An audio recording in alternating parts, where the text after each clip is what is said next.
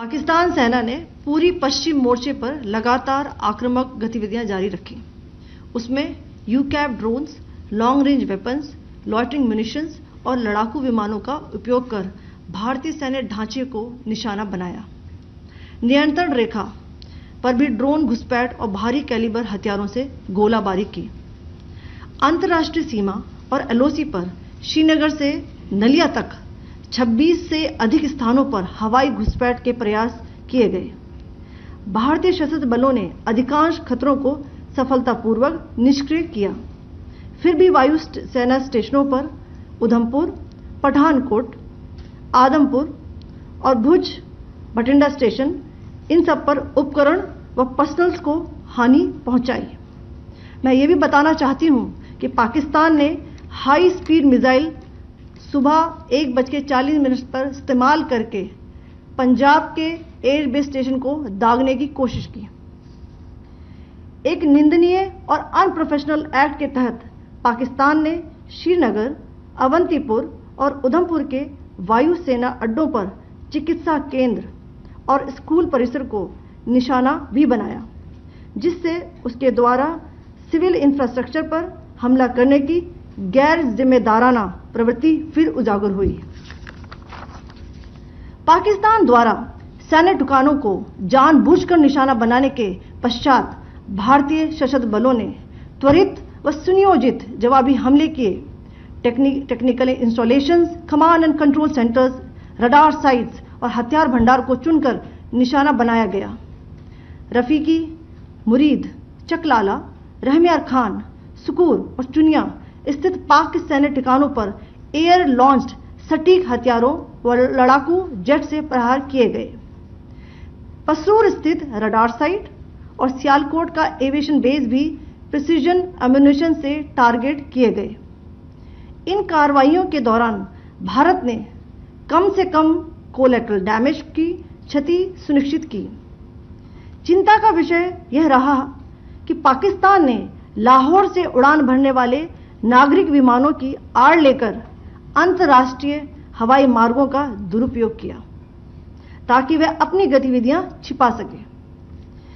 ऐसी चालों ने भारतीय वायु प्रतिरक्षा तंत्र को नागरिक सुरक्षा सुनिश्चित करते हुए अत्यधिक संयम के साथ कार्य करने के लिए विवश किया।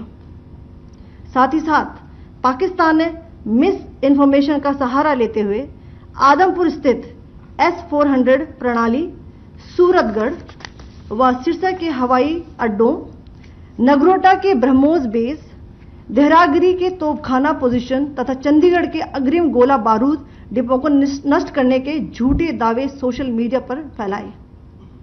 भारत इन फॉल्स नैरेटिव्स को पूर्णतः खारिज करता है। नियंत्रण रेखा पर पाकिस्तान ने ड्रोन घुसपैठ और भारी तोपखाना गोलाबारी के कई प्रयास किए। कुपवाड़ा, बारामूला, पुंछ, राजौरी और अखनूर सेक्टर्स में तोप, मोर्टार एवं हल्के हथियारों से भीषण गोलाबारी जारी रही। भारतीय सेना ने प्रभावी व तुलनात्मक प्रत्युत्तर देते हुए पाक सेना को काफी क्षति पहुंचाई। पाकिस्तान सेना के अग्रिम क्षेत्रों में सैनिकों की डिप्लॉयमेंट बढ़ती दिख रही है, जो स्थिति को और भड़काने की मंशा दर्शाती है। भारतीय सशस्त्र बल पूर्ण परिचालन तत्परता की स्थिति में है। अभी तक सभी शत्रुतापूर्ण कार्रवाइयों का प्रभावी ढंग से सामना कर उपयुक्त जवाब दिया गया है।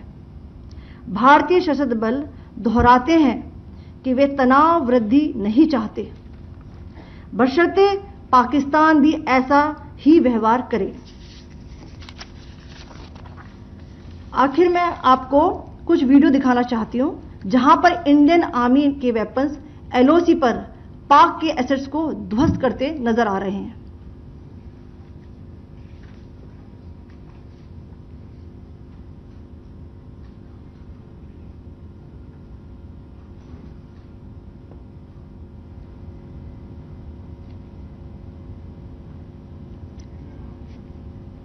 स्क्रीन में आप देख सकते हैं इस वीडियो को।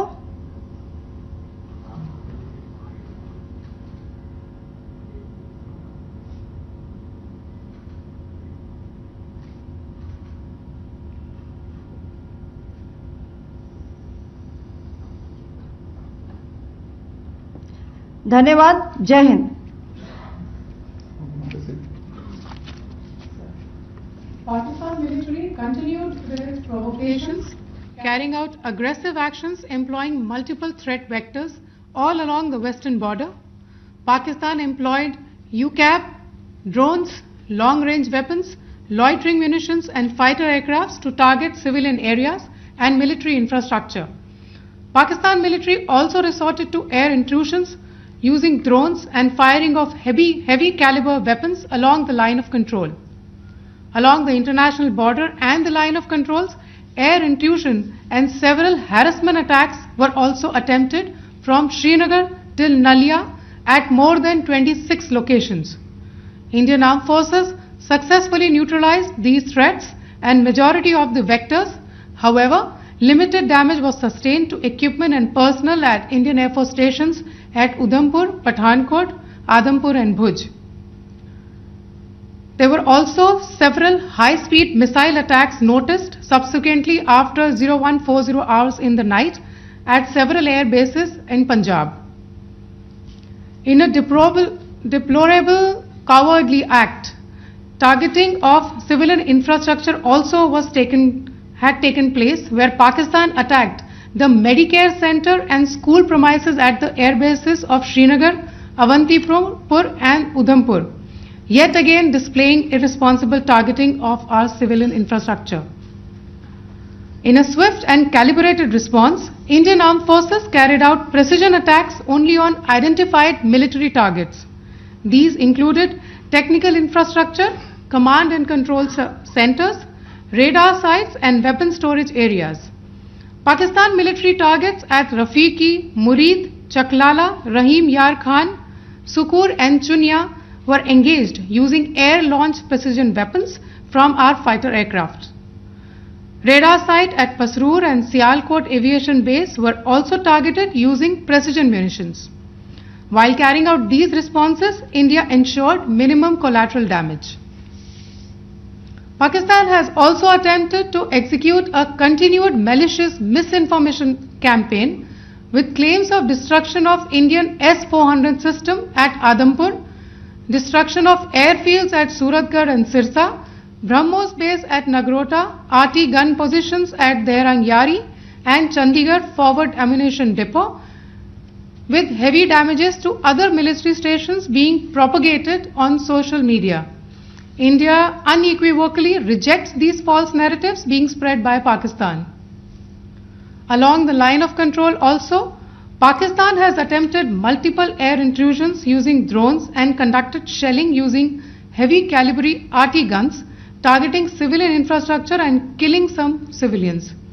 Heavy exchange of artillery mortars and small arm fire in Kupwara, Baramulla, Poonch, Rajouri and Akhnur sectors continued. Indian Army has responded effectively and proportionately, causing extensive damage to Pakistan Army.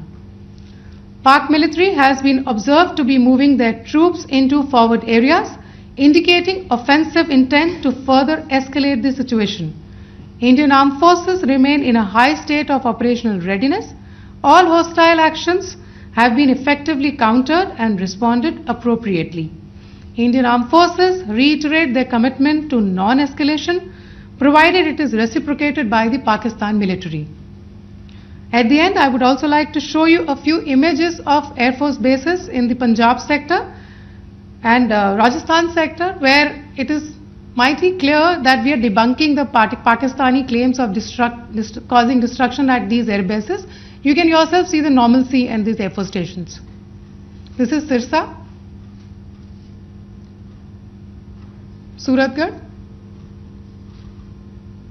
The runways are intact.